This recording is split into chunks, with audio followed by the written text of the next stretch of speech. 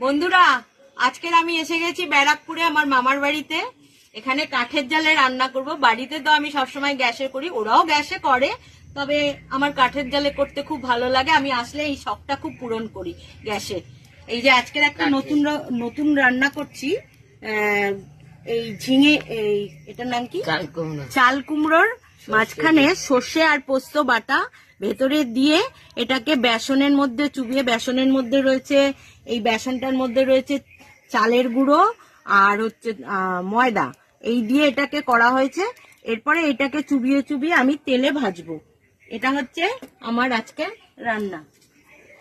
এই যে মামি এগুলো করছে, পুরগুলো ভরছে, ভরে আর আমি একটা একটা করে এখানে দিয়ে ভাজবো।